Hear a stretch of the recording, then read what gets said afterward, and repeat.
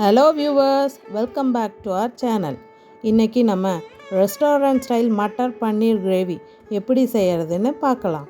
வாங்க வீடியோக்குள்ளே போகலாம்.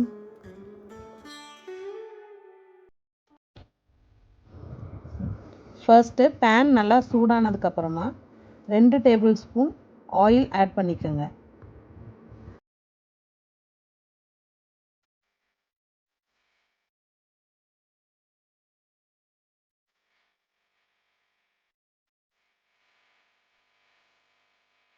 எண்ணெய் நல்லா சூடானதும் 2 பிரிஞ்சி இலை, பட்டை, லவங்கம், ஏலக்காய் ஆட் பண்ணிக்கோங்க.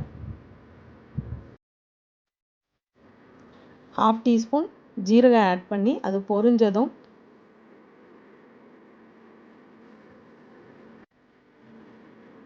ஒரு பெரிய வெங்காயத்தை ஃபைனாக சாப் பண்ணி வச்சுருக்கிறத ஆட் பண்ணி நல்லா வதக்குங்க.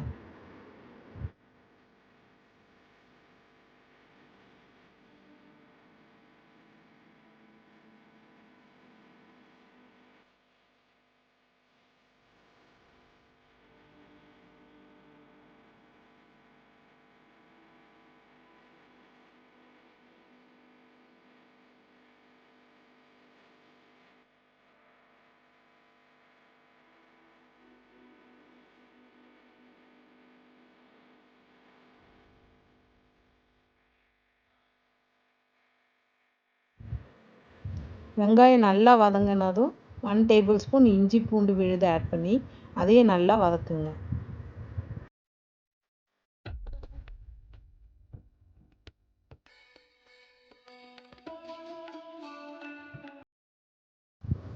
இஞ்சி பூண்டு வதங்கினதும் 2 பெரிய வெங்காயத்தை நான் பேஸ்ட் பண்ணி வச்சுருக்கேன், அதை ஆட் பண்ணிக்கலாம்.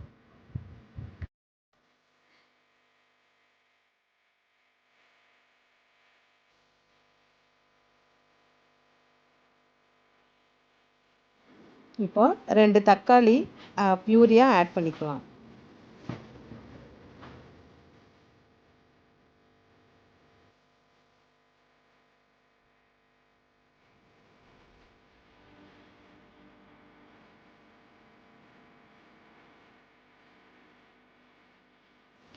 வெங்காயம் தக்காளி நல்லா வதங்குறதுக்காக மூடி வைக்கலாம்.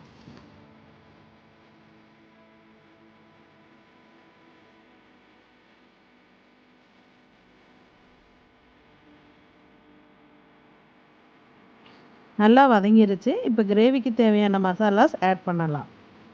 மஞ்சத்தூள் 1/4 டீஸ்பூன், மிளகாத்தூள் 2 டீஸ்பூன், தனியா 1/2 டீஸ்பூன், அப்புறம் கொஞ்சம் கரம் மசாலா.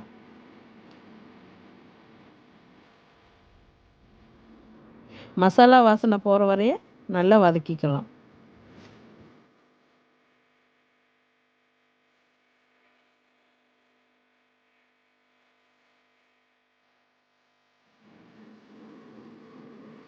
பச்சை வாசனை போனதும் கிரேவிக்கு தேவையான உப்பு சேர்த்துக்கலாம்.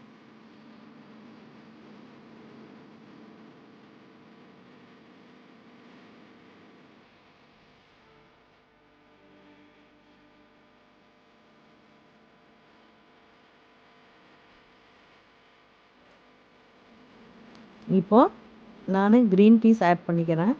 நான் பச்சையாக பட்டாணியை அப்படியே ஆட் பண்ணிட்டேன்.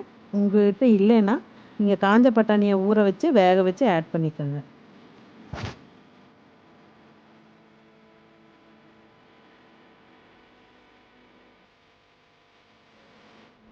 இப்போ நம்ம கிரேவிக்கு கன்சிஸ்டன்சிக்கு தேவையான அளவு தண்ணி ஊற்றிக்கலாம்.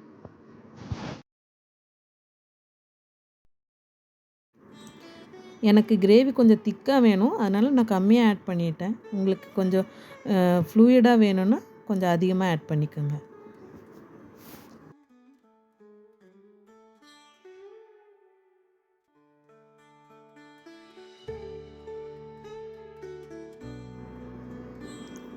ஒரு 5 நிமிஷம் மூடி வச்சு வேக விட்டுடலாம்.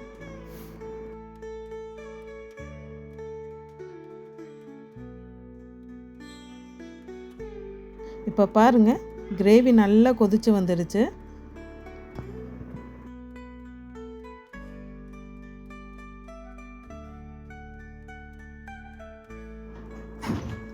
ஒரு 10 கேஷ்யூவை நான் ஊற வச்சு பேஸ்ட் பண்ணி வச்சுருக்கேன், அதையும் ஆட் பண்ணிக்கலாம்.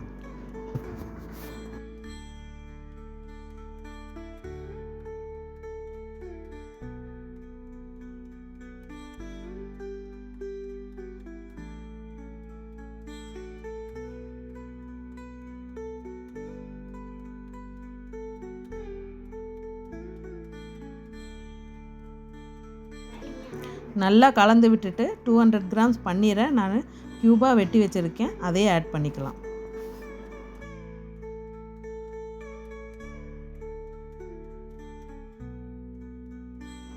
இப்போ கொஞ்சம் மல்லி இலை தூவி ஒரு 2 நிமிஷம் போல் மூடி வச்சிடலாம்.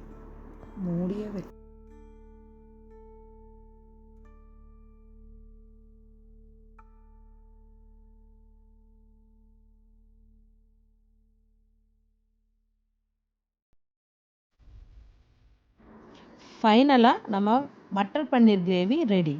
இப்போ கார்னிஷிங்காக மல்லி இலையை தூவிக்கலாம்.